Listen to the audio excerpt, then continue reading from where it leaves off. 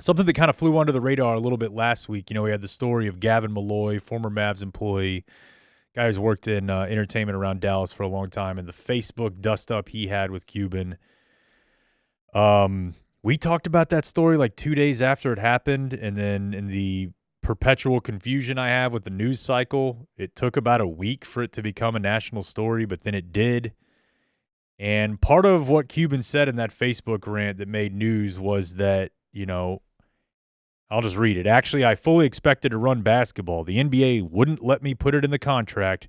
They took it out. I thought they would stick to their word because they didn't know the first thing about running a team. Someone obviously changed their mind. Well, if you recall in that Tom Segura interview with Cuban, he referenced the Celtics sale. And it's different than the Celtics thing. And he just kind of threw that out there as like a smokescreen, which the situation with the Celtics sale is that their current CEO is going to stay in the role through 27-28. So they did put that in the contract. Silver doesn't consider the two situations similar and said the situation was very different in Dallas. There was a clear change in control of the franchise to the Dumont family. Any decision as to what Mark's role would be in basketball ops was a function of an arrangement between Cuban and Dumont. Whether or not his expectation was that he would have played more of a role in basketball ops, I don't think Mark has ever suggested that there was a contractual issue at play here. That was just his understanding of what the arrangement would be between him and Dumont. And I was telling somebody this the other morning when they asked me about this. When Cuban did that, the league wouldn't let me put it in there. He's popping off at the mouth. I feel like we've heard him talk enough times over the years to know. So he lied. I don't know that it's as much lying as saying something like, hey, can we put that in there? And the Dumont's saying no. Or the league saying, that's a bit tricky. We're going to have to work on it. There is, it wasn't an immediate rubber stamp, yes, green light, that's in the deal. So he, speaking extemporaneously, is like, nah. League said no. Well, the Celtics owner and CEO are, same person, working it out. He lost. And now he's trying to publicly save face. And the league is like, oh, no. We didn't tell you couldn't put it in there. It's just not in there. Now you figure out how that happened.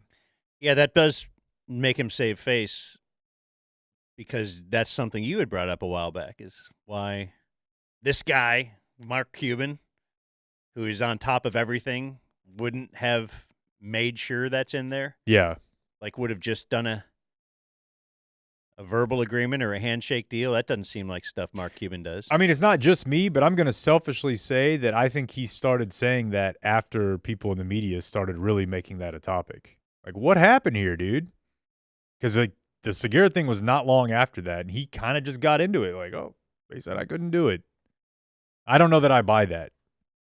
And Adam Silver's straight up coming out and saying that's not how we see it. We don't see it as a contract thing. So, see, I love Cuban for all he's done. Are you mad at Cuban? I think both are true. We're trying to be mad somewhere. No, I mean both are true.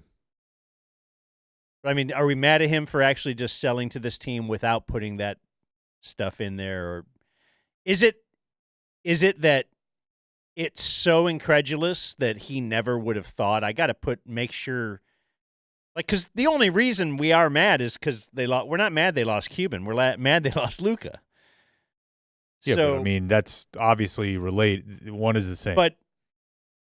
But he would never think of, I have to put in that you have to make sure you don't trade this guy, because nobody would trade this guy. No, but he did hire Nico.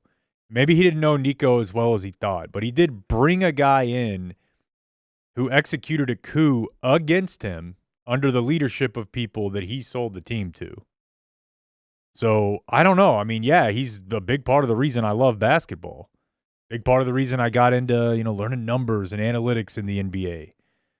And Dirk was here because of Cuban and stayed here because of Cuban. So, I love the guy for what he's meant to me in my life, but this is it is what it is. I mean, I think this is an overshadowing part of his legacy. I don't know how it's not. I'm never going to think of the Mavericks ever again for the rest of my life in any other way than the team that traded Luka Doncic when he was 25.